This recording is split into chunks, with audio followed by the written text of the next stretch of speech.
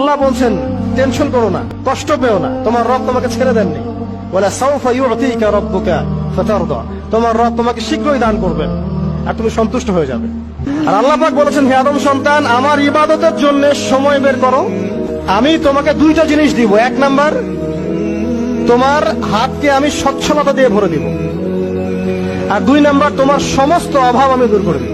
আমি বারবার একটা কথা বলি যে এই দুনিয়াতে আল্লাহ ছাড়া আমাদের আপন বলে কেউ নাই। আপনি যাকে আপন মনে করেন না কেন, আমাদের সম্পর্ক আছে বাবার সাথে, মায়ের সাথে, স্ত্রী সন্তানদের সবার সাথে, আমাদের হক আছে, অধিকার আছে, সব ঠিক আছে। বিশ্বাস করেন, আল্লাহ ছাড়া আপন বলে আপনার কেউ নাই।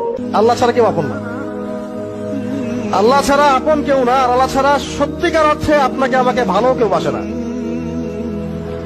শুধু আল্লাহ আপনাকে ভালোবাসে। এটা আপনারা হারে হারে উপলব্ধি করবেন যত দিন যাবে ইনশাআল্লাহ। আল্লাহ বলছেন টেনশন করো না, কষ্ট পেও না, তোমার রব তোমাকে ছেড়ে দেননি। ওয়ালা সাউফা ইউতিকা রাব্বুকা ফাতারদা, তোমার রব তোমাকে শীঘ্রই দান করবেন আর তুমি সন্তুষ্ট হয়ে যাবে।